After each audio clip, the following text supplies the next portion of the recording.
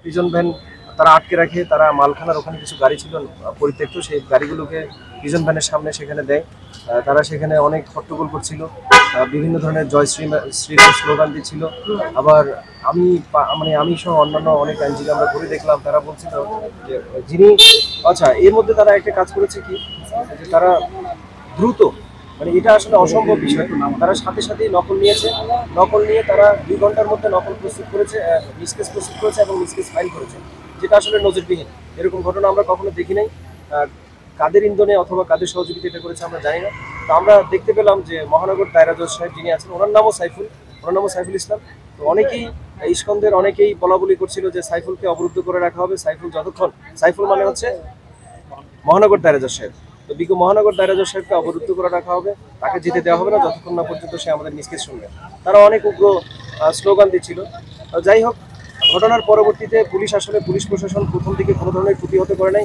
মাত্র কয়েকজন পুলিশই ওখানে ছিল। এরকম একটা বড় ধরনের জঙ্গিকে কোর্টে উপস্থাপন করছে, এই জন্য বিশেষ যে সমস্ত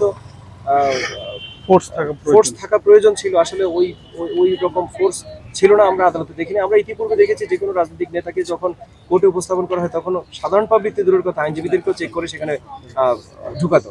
তো সুতরাং আমরা দেখছি যে সেদিন কোনো ধরনের ওই রকম প্রিকশনস কোনো ব্যবস্থা গ্রহণ করা হয়নি। তো যাই হোক, 3:30টার দিকে পুলিশ অ্যাকশনে যায়। 12টা থেকে 3:30 পর্যন্ত পুলিশ তাদেরকে অনেক সময় দিয়েছে, কিন্তু পুলিশ অনেক দেরি করে সময় দেওয়ার কারণে তারা অনেক মানুষ সেখানে জড়ো হতে সুযোগ পেয়েছে। পরবর্তীতে পুলিশ অ্যাকশনে যাওয়ার পরপরই তারা কোর্টের ওই স্থানে থাকা প্রায় 50টার মতো গাড়ি মোটরসাইকেল ভাঙচুর করেছে, আশেপাশের অনেক অফিসের গ্লাস ভাঙচুর করেছে। সর্বোপরি মুসলিমদের প্রার্থনার ঘর, আমাদের আবেগের জায়গা মসজিদে তারা আক্রমণ করেছে। মসজিদে আক্রমণ করে তারা মসজিদের গ্লাস ভাঙচুর করেছে।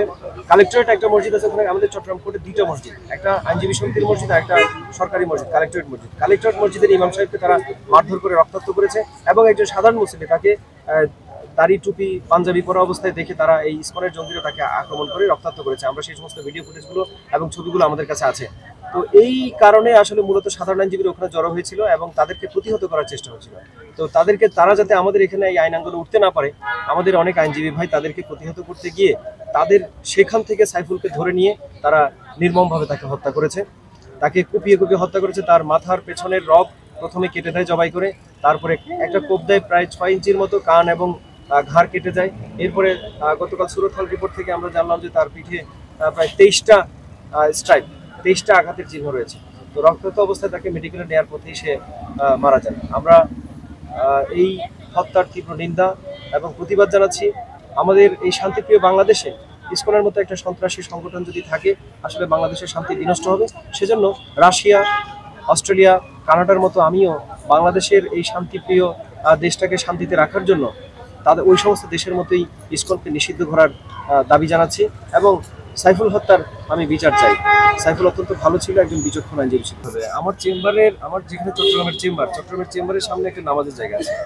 সে জোহর থেকে এশার পর্যন্ত প্রায় অলমোস্ট সব টাইমেই সে ওখানে জামাতে নামাজ পড়াতো এবং তার তেলাওয়াত অসম্ভব সুন্দর ছিল। সে প্রায়শ তার প্রিয় তেলাওয়াত ছিল সূরা মুলক এবং সূরা বাকারার শেষ 3 আয়াত। এই সূরাগুলো দিয়ে সে ওখানে তেলাওয়াত করে নামাজ পড়াতো, আমরা তার পিছনে নামাজ পড়তাম।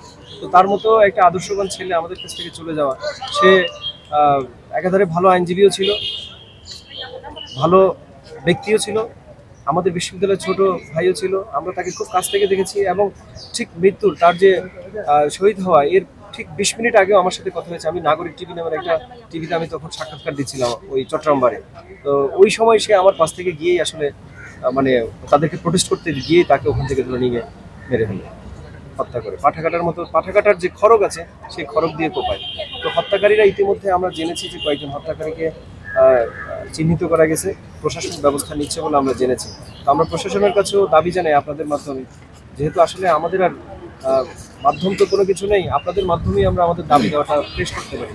একজন উদীয়মান আইনজীবী, আর মোরাবার আমি একটা বিষয় আপনাদেরকে বলে নেই, সে একজন রাষ্ট্রের আইনজীবী, সে সহকারী পাবলিক প্রসিকিউটর ছিল। তো একজন সরকারি আইন কর্মকর্তাকে, একজন উদীয়মান আইনজীবীকে এভাবে ইসকন সন্ত্রাসী দ্বারা হত্যাকাণ্ড, এটা আসলে কোনোভাবেই মেনে নেওয়া যায় না। তো আমি এই হত্যাকাণ্ডের বিচার চাই আপনাদের মাধ্যমে। প্রশাসনের কাছে আমরা এটাই দাবি করব যে যাতে তার হত্যার বিচারে যথোপযুক্ত ব্যবস্থা গ্রহণ করা হয়, তথ্য আলামত যাতে মানে চিহ্নিতভাবে সঠিকভাবে সংগ্রহ করে ব্যবস্থা গ্রহণ করা হয়।